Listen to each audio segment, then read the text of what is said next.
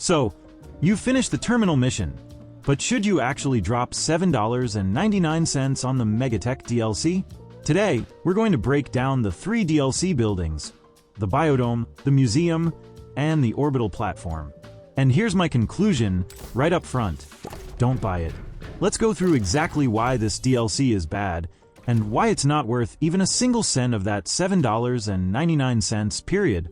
Once you start the DLC missions, you gain access to 3 buildings: the Biodome, the Museum, and the Orbital Platform. In my honest opinion, all 3 of them are useless. If I had to rank them, the Museum is barely usable, and the Orbital Platform is hands down the worst. Let's start with the Biodome. The order doesn't matter, but the real problem is that it's completely useless until you fully upgrade it.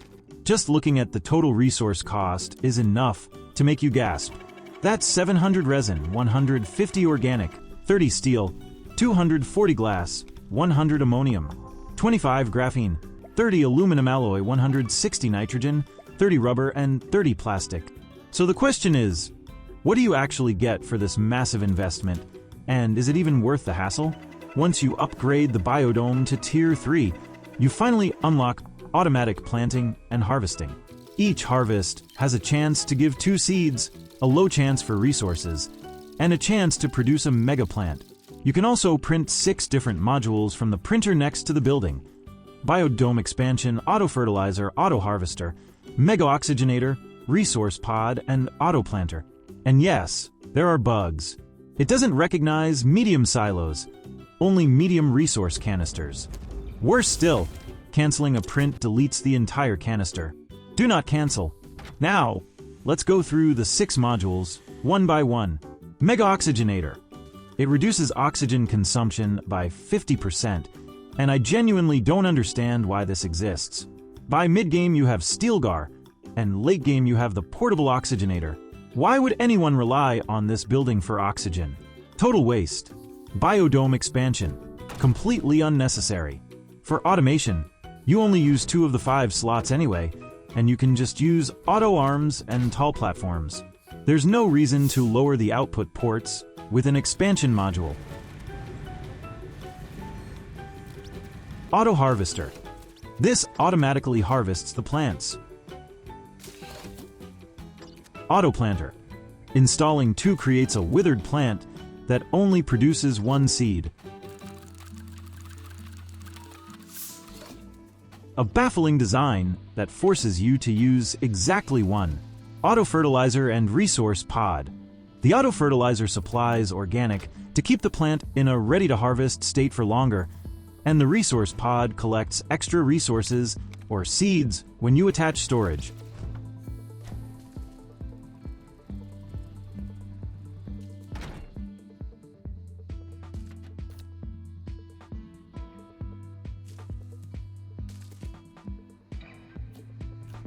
But seriously, you don't need either one.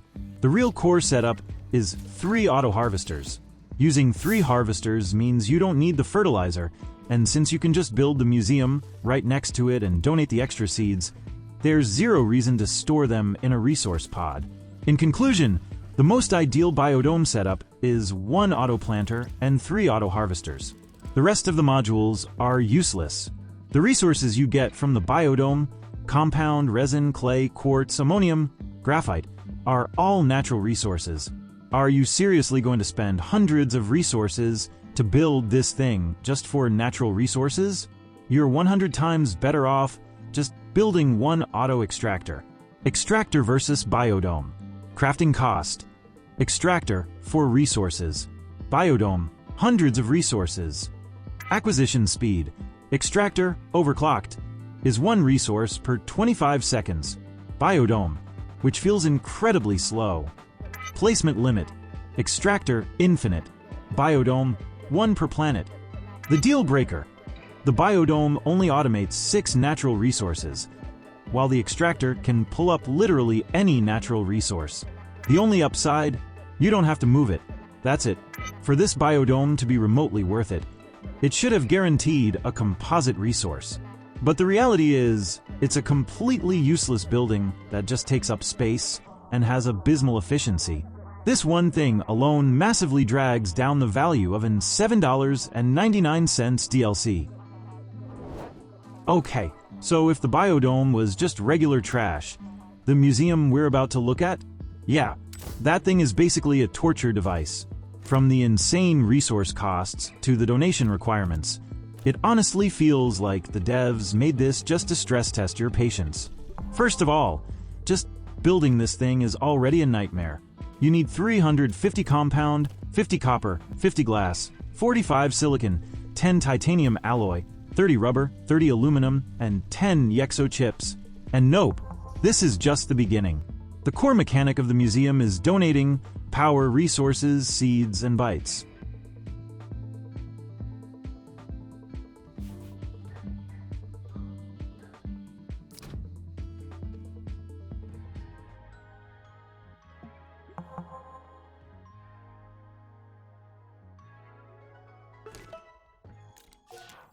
Donating one of each gives you a visor skin, but the real problem starts at Tier 3. To finish resource donation Tier 3, you need a total of 3 million points. Yeah, that number probably means absolutely nothing to you. The highest value item, nanocarbon alloy, gives you 125 points. Even if you only use nanocarbon alloy, you still need 24,000 of them. If you go with diamonds, try 30,000. Does that sound even remotely reasonable to you? Any player capable of making 24,000 nanocarbon alloys has already beaten this game 10 times over.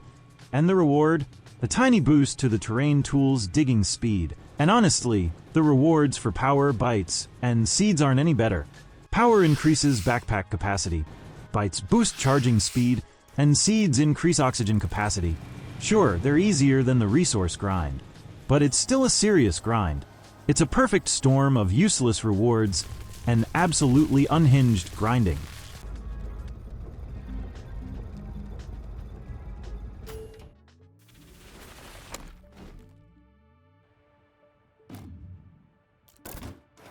And don't even get me started on the display case collection system. 5 LRDs are supposed to improve soil efficiency, but compared to small canisters, I saw zero difference. Composite resources claim to work better on hard terrain, but even after downgrading my drill mod, the terrain that wouldn't dig before still won't dig. The seed collection boosts movement speed and jump height, but here's the catch. You literally can't complete it, even if you try. The Spine Lily seed doesn't even place in the display case, and the Mega Nubcap seed is straight up unobtainable due to a bug. Snail shells increase rover speed, which sounds nice, until you remember late-game players barely use rovers at all. 12 research items boost research speed by 50%, but you have to travel across every planet to get them. You need to scour specific terrain and debris on Silva, Desolo, Calidor, Visania, and more. On Calidor, Visania, and Novice, you even need the compass, and Calidor and Novice don't guarantee a find. And honestly, byte automation is already so easy that I see zero reason to grind all this exploration.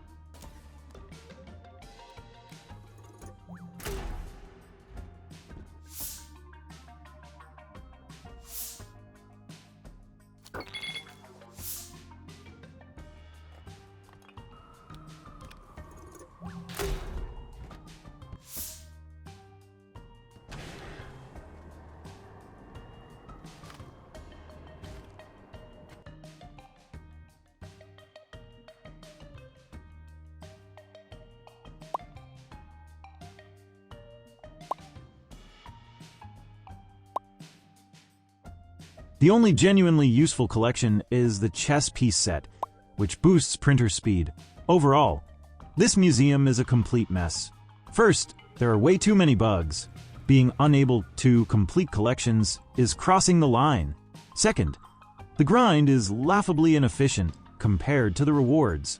Third, the game gives you almost no information about what collections you're missing. Final verdict, it's just pretty trash that takes up space. Nothing more, nothing less. Finally, we've reached the end. If the Biodome was trash, and the museum was a torture device, then the Orbital Platform is pure, concentrated emptiness. Pros? I can confidently say there are none. I genuinely have no idea what the developers were thinking when they decided this belonged in a DLC. Let's start with the resource cost.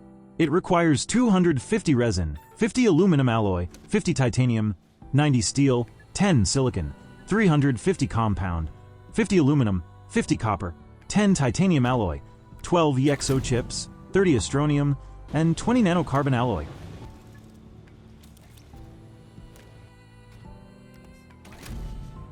You get a skin for finishing the mission,